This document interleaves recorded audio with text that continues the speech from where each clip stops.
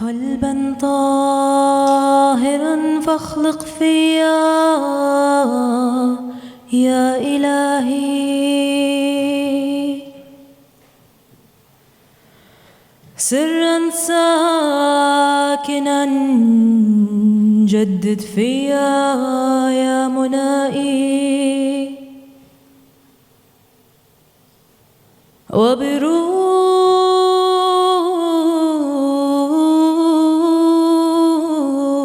القوة ثبتني على أمرك يا محبوبي وبنور العظمة فاشهدني على صراطك يا رجائي وبسلطان الرفعة إلى سماء قدسك عرجني يا أولي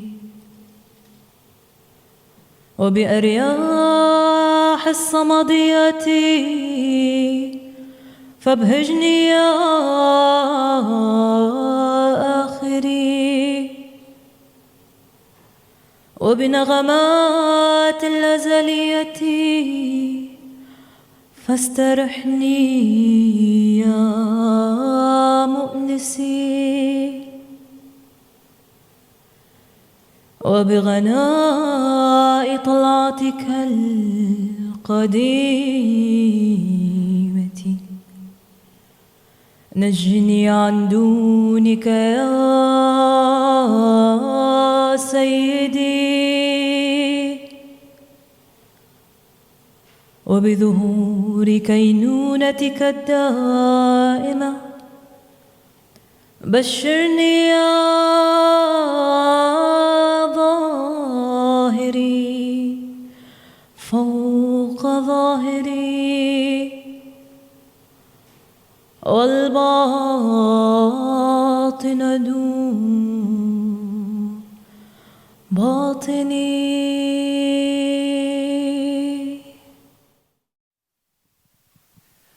Welcome, everybody.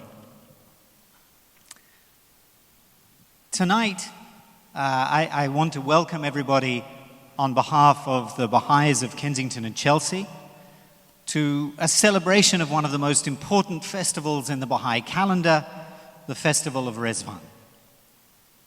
This year we are celebrating the bicentenary of Baha'u'llah's birth in Persia, but this festival commemorates 12 momentous days when in a garden outside Baghdad known as the Rizvan Garden or the Garden of Paradise, Baha'u'llah announced his station and his mission to the family and followers who were gathered there with him. They were there to say farewell. Baha'u'llah, who was already an exile from his native Persia,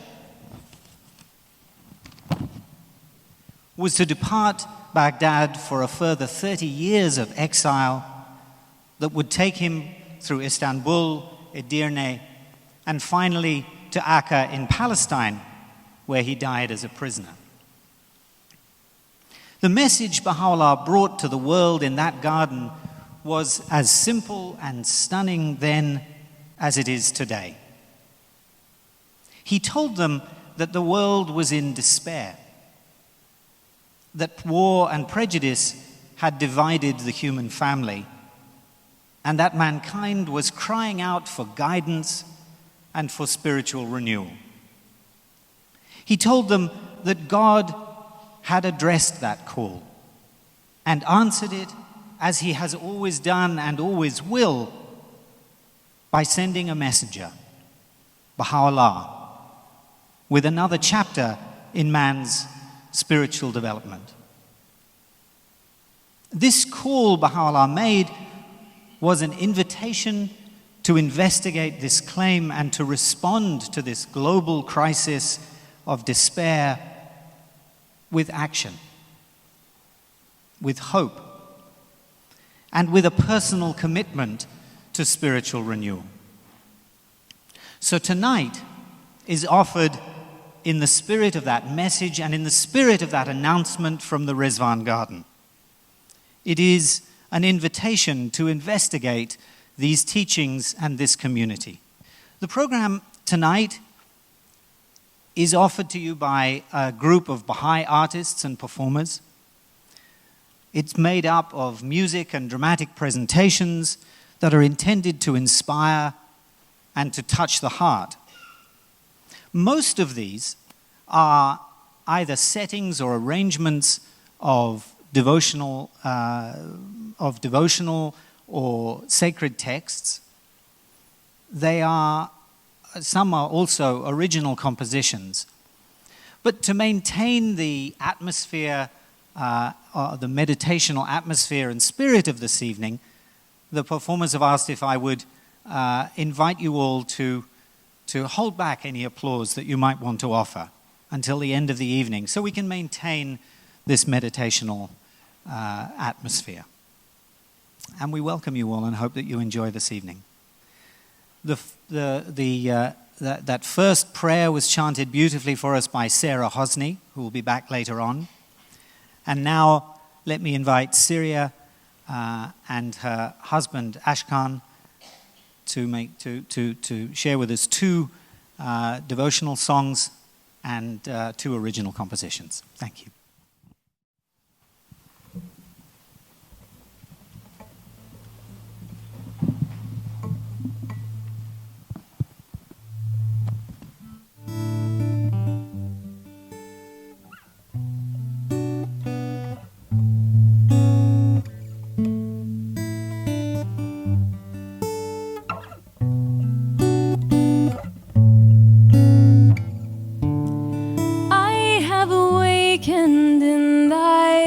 Shelter, oh my God,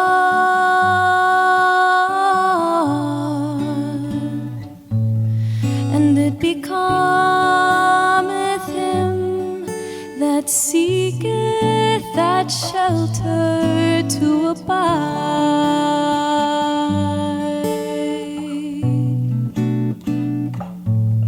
within the sanctuary of thy protection and the stronghold of thy defense.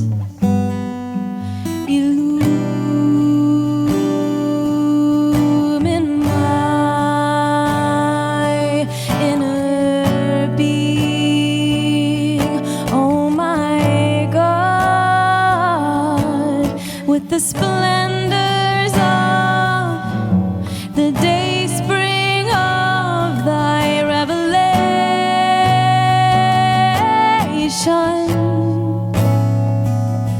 even as thou didst illumine my outer being with the morning light of thy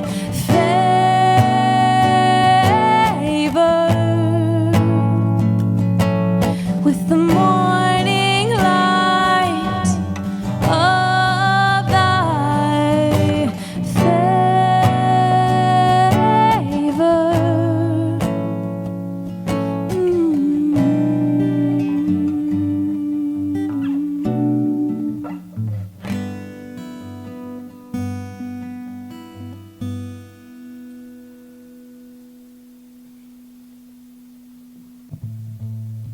So the next two pieces are original compositions, and we really tried to think about the spirit of this time and this special holy day for the Baha'i community. And so we tried to write these songs in thinking about this moment in the first one in particular, this moment in the Garden of Rizvan when Baha'u'llah declared his mission. And then the last piece we'll be finishing with a devotional piece.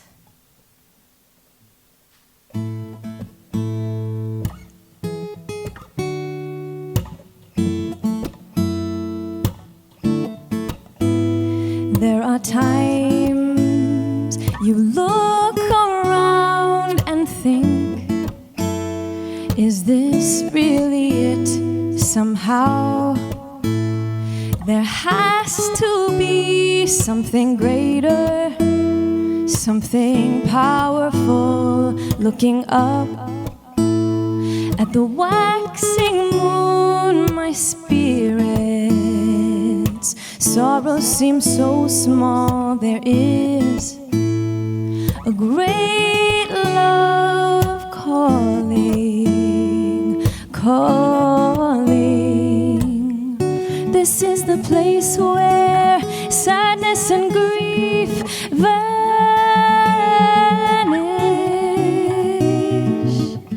Lay down your troubles, 'cause the all-loving is by your side, by your side.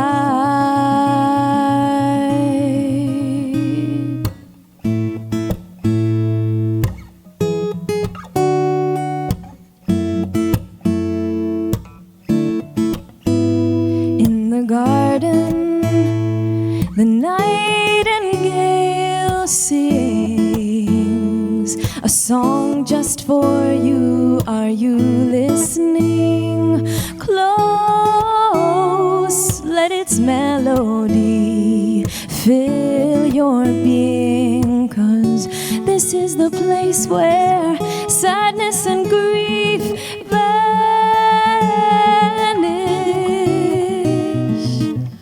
Lay down your troubles, 'cause the all-loving is by your side.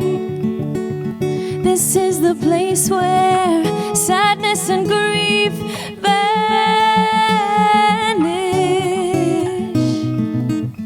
Lay down your troubles, 'cause the all-loving is by your side, by your side,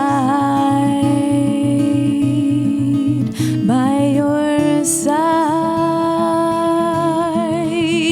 So take your flight to the skies above. The clouds have parted, everything is clear. Oh, take your flight to the skies above. The clouds have parted, everything is clear. The clouds have parted, everything is clear. The clouds have parted, everything is clear.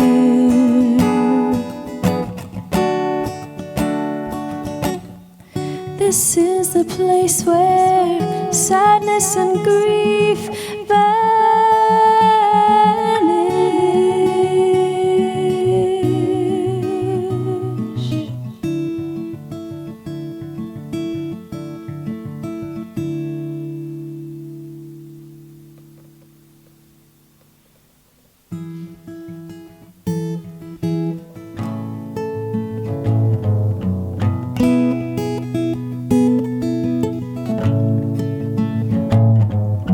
Many years ago, my father told me that my soul was like a garden, and for that garden to grow, evergreen, evergreen, I would need a special kind of water. I would need the water of kindness, the water of generosity, the water of love, love, love, the water of love, love, love.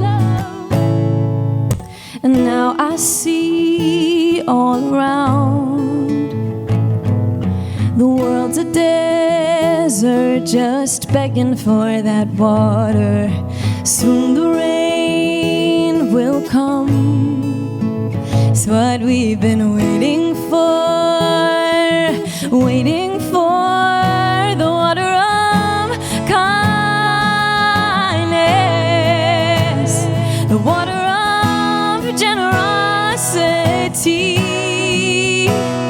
the water of love, love, love, the water of love, love, love, the water of love in this world where so many search in vain for a joy that never lingers. Can't we fight against the grain?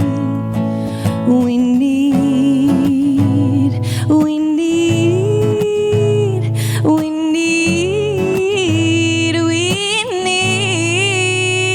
the water of kindness, the water of generosity, the water of love, love, love, the water of love, love, love, the water of love, love, love, the water of love, love, love, the water of love.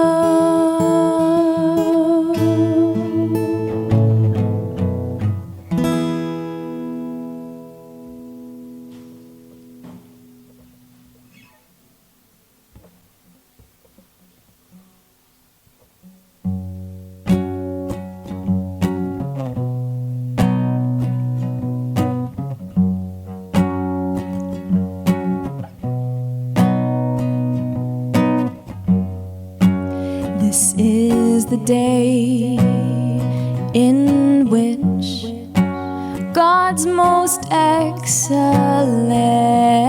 favors have been poured out upon men. The day in which His most mighty grace hath been infused into all created things. It is incumbent upon all the peoples of the world to reconcile their differences and with perfect unity and peace abide beneath the shadow of the tree of His care and loving kindness. Happy are those whom the all-glorious pen was moved to remember. Happy are those whom the all-glorious pen was moved to remember.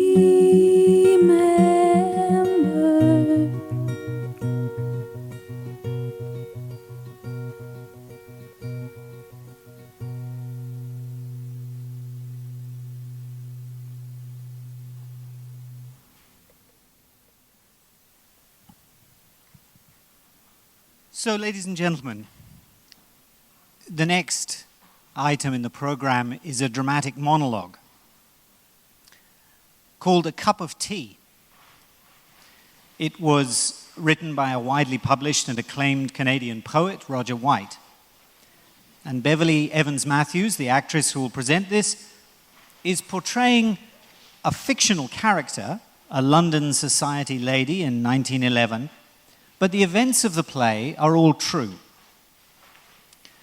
In 1911, London's newspapers and society were filled with the news of an extraordinary visitor.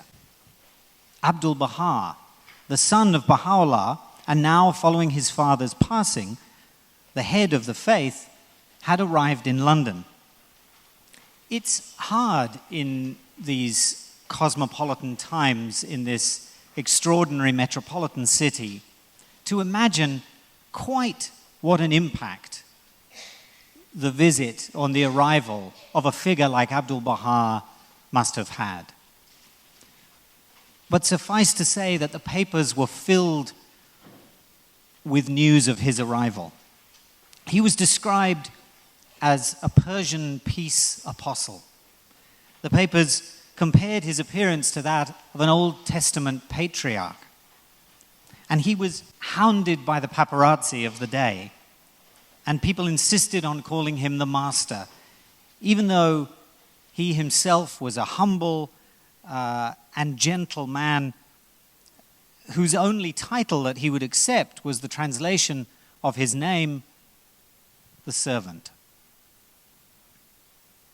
Abdul-Baha had had an extraordinary life from childhood, living in imprisonment with his father, and ultimately ending in Palestine, from where he made this journey to London. While in London, his visit was hosted by Lady Blomfield, who was one of the first British Baha'is, and Abdul-Baha stayed in her home in Cadogan Gardens, a few miles away. His message was, like his father's, a simple one. He was inviting the people of London, inviting the people of the world to a spiritual renewal. And that really is the theme of the play and the theme of this evening's presentation. So once again, asking you to withhold applause at the end and to enjoy in that spirit this presentation by Beverley. Thank you.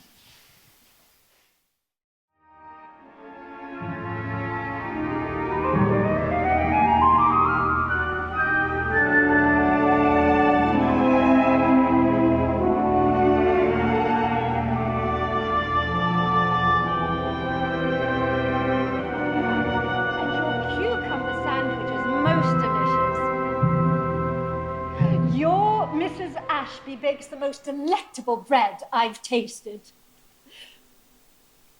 But returning to your question, yes, I have been seeing dear Lady Blomfield and her friends. Some of them are well placed. Somehow one does not quite dare hope for that among the religious, if I may say so. I tried to warn Lady Blomfield to hold little hope for me. As you know, I'm essentially pragmatic. She does insist so sweetly that sometimes I attend. And she's always so gracious at the meetings, although I understand little of what she says. Ever since her visit to Palestine, she's appeared, how shall I say, not quite of this world. It is as though she lives in a state of ecstasy. Her conversations constantly return to stories of the master. An occult-sounding term, I quite dislike it.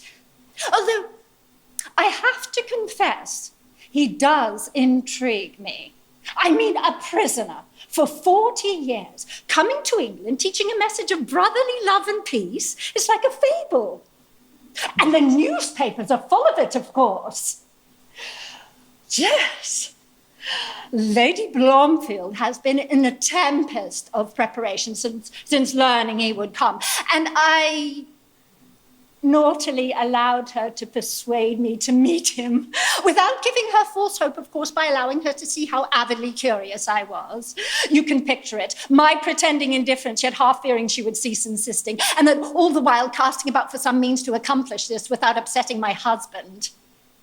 Cyril is an avowed agnostic, as he eagerly informs anyone who will listen, and no doubt would disown me.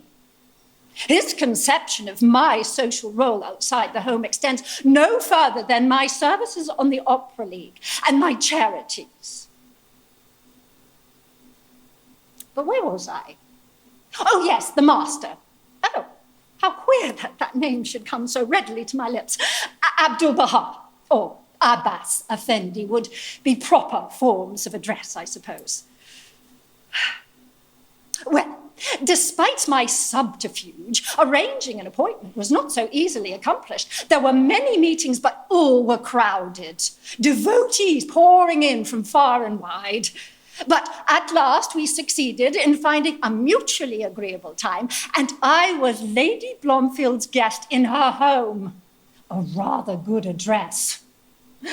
And so great the crush. Oh, a strange assortment. Some Orientals, Persians, I suppose. A coloured gentleman. Cyril would use another term, but one can in the Home Office without offence. 2 Chinese. Some of what one might be described as the labouring class. A struggling artist or two, or one who might have been a poet, all from Lady Blomfield's seemingly endless circle of co-enthusiasts. Oh, and there were others too, of course, who appeared both charming and distinguished, but on the whole, one was struck both by the ordinariness of the people in the group and fascinated by the idea of their being linked together through curiosity or devotion. And the master was there, abdul-baha. And he appeared, oh, how shall I say, noble, majestic, serene. It was as though a great light had entered the room. Do you find me sentimental? One felt an overpowering need to win his approval like a child with an adored teacher. And he spoke, not at length, but with extreme simplicity and power. His voice is gentle, hypnotic, one might say irresistible. I scarcely remember the words. Something about his father's sufferings and his message, and a few words about his own imprisonment. The words seem the least part of it. One could not resist feeling a sympathy, of course, but for me, what he said was not the central point. How can I say this and be sure I'm understood? As he spoke, I asked myself, why is he here? What does he want of us? He's not young. What good can come of this journey he is making in the West? And it came to me that his being here represents an unvoiced invitation. Or perhaps I should say command, for it is his presence which expresses it rather than what he says. A command, then, that we make an adjustment in our lives. Am I making sense? I almost exclaimed aloud, he wants us to be like him. Not in an imitative way, oh no, not that, but to step into his world and to somehow transform this one. And I wondered if the others knew this too. Perhaps this is what Lady Blomfield has been telling me all along, but I simply have not understood. But it bore in on me, there in his presence profoundly bore in, that he asks us to make an adjustment of the soul, if I may use that term, to become spiritually renewed. All of this happened in a flash, as these things do, Emma, and there was more. In that moment, I knew that I might, how shall I say, if I were free, follow him. In the sense Lady Blomfield uses that term. Oh, well, maybe not to the ends of the earth, as she doubtless would, but, well, maybe that too. But in my own way, follow him, that I might become one of those women who weep at his mention, that he might represent a standard to which one could devote one's life. Oh, forgive me if I ramble, if I embarrass you, I'll stop. It's just that there's no one to whom I've been able to tell it all. I'm inhibited in speaking to Lady Blomfield. She's so hopeful of my being won over, and in fairness, I must not tell her. But there I was, in my mind, throwing myself at his feet and covering them with kisses. It was most unsettling. And in this moment of realizing this truth about myself, I felt a sense of deep loss, a heart-piercing loss. I heard myself saying, well, not aloud, of course, although I scarcely know what I might have done in the moment, heard myself saying, it is too late for me.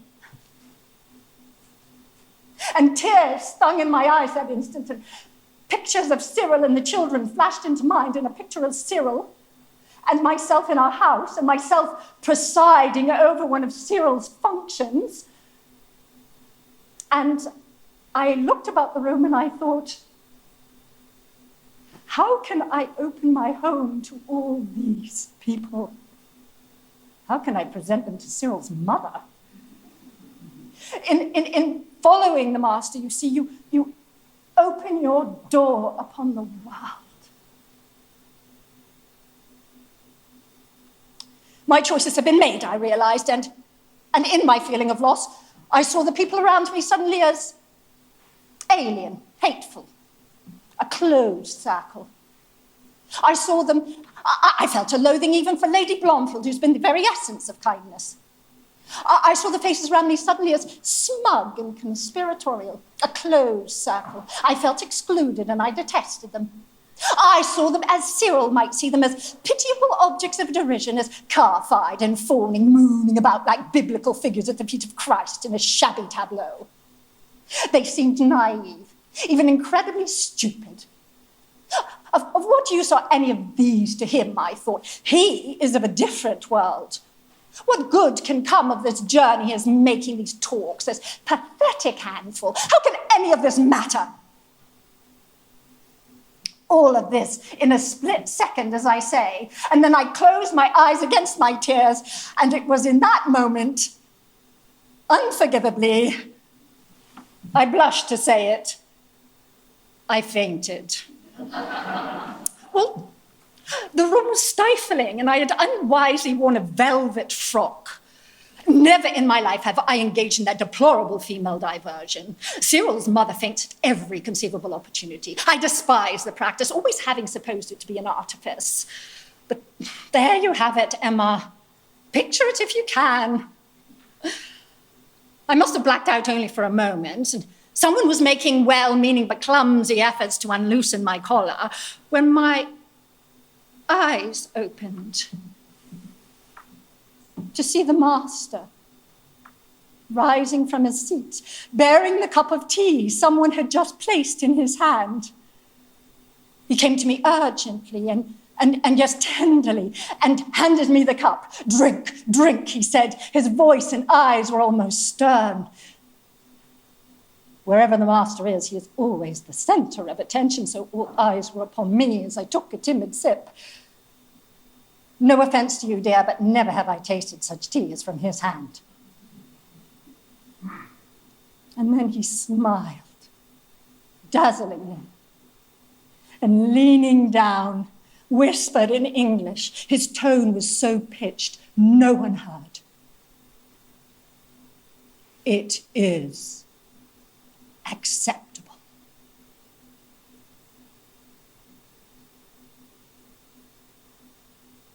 His eyes appeared to lend a significance beyond what the words conveyed. And then he turned, and the others engaged him. I was happy to no longer be the focal point of the room. Soon it was over and we all left.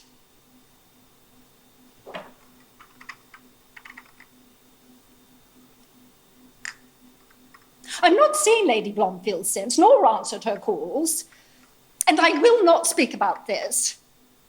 Isn't it strange, but I feel that this is private. In some acutely intense way, it is mine. Obviously, I must extricate myself from her group.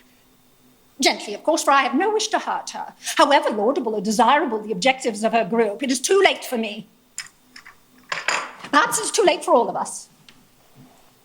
Oh, how my husband and my parents would scorn all my gushing, all this emotional tumult that meeting has unleashed. But perhaps I do not really even know them at all. And Cyril, least of all. Do you ever feel that those you love are strangers? I cannot imagine how I sometimes appear to my husband and children, or explain the sense of remoteness I sometimes experience. It is odd to feel divorced from one's own life center. But too late, you see. Too late. As Cyril says, this is the age of reason and enlightenment, the century of prosperity and progress and peace, and the world struggles along well enough without its seers and sages. He may well be right, you know. He makes a study of these things. But oh, Emma, the master, if only you could see him. Extraordinary, isn't it? His saying what he did. I wonder if I shall ever understand it.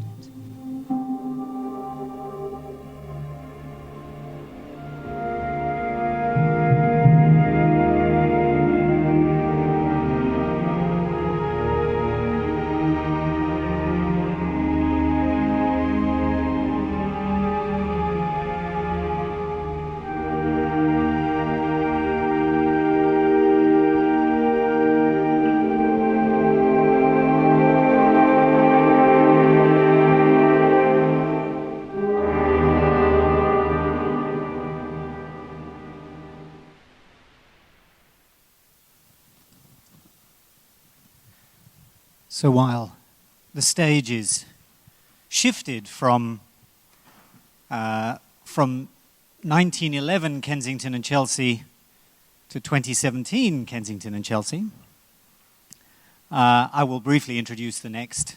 Actually, I've got these on my heads. I've forgotten about these. Forgive me. Now I can't read what I'm going to. I know I need them. Excuse me. Let me briefly introduce the next part of the program. Joel Granger, Sarah Hosney, who sung for us earlier, who chanted for us earlier, and Kelly Snook are going to make a series of musical presentations. Joel and Sarah, Joel is a accomplished violinist and performer, and is going to play some original compositions and some arrangements, and all of the music that you will hear is produced live on stage using some of these loop pedal technologies to create a soundscape for you, and with some audiovisual in the background. But all of this is performed for you live. And so I hope that you will welcome and enjoy these next few presentations. I'm going to assume that the transformation, with the exception of the carpet, is complete. And welcome to the stage Joel Granger and Sarah Hosney and Kelly Snook.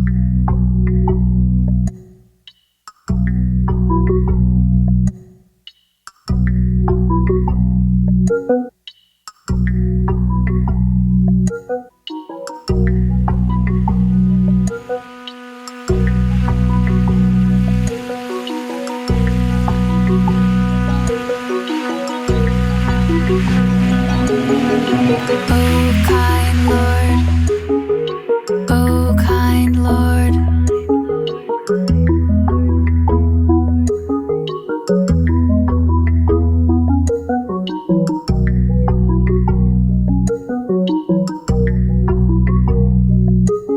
O comforter of anguished hearts.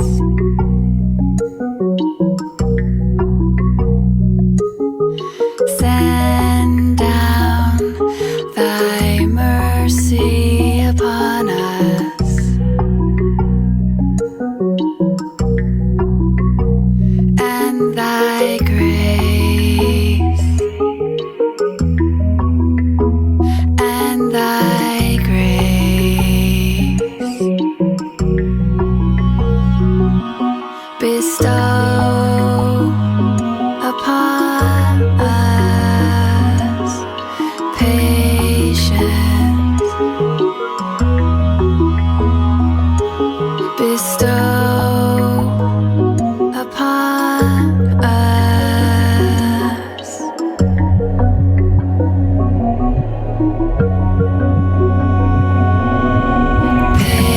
patience, patience, patience.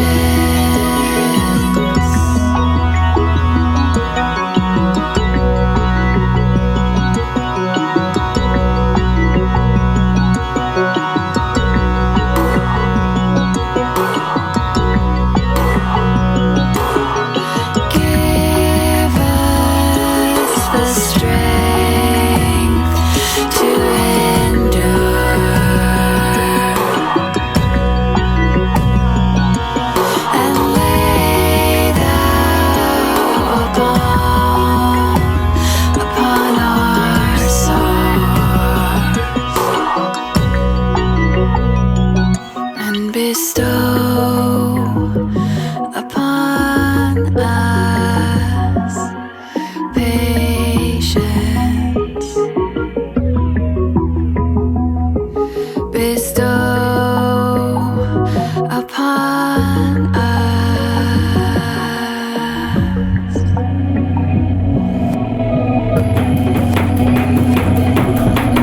patience, patience, patience.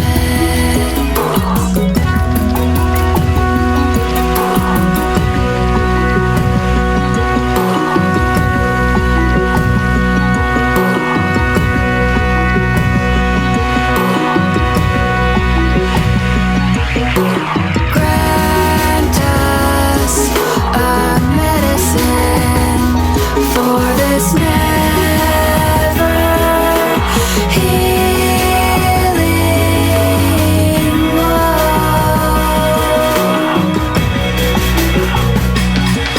Bestow upon us patience. Bestow upon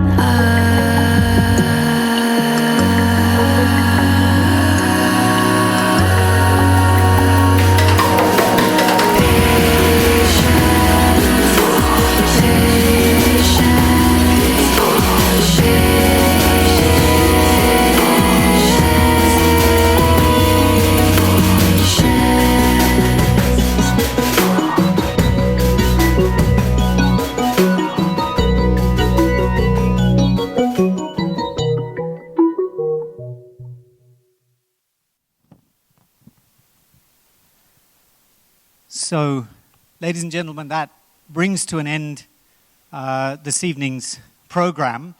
I think you've all been patient and obedient in restraining yourselves from expressing your appreciation and your gratitude.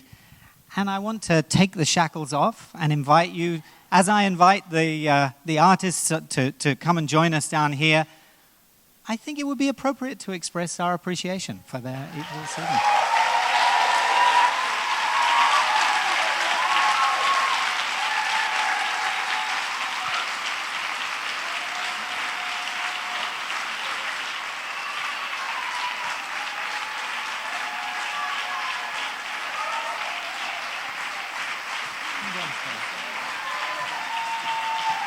Is Sarah here? Is Sarah. Wonderful. Thank you. So, see that.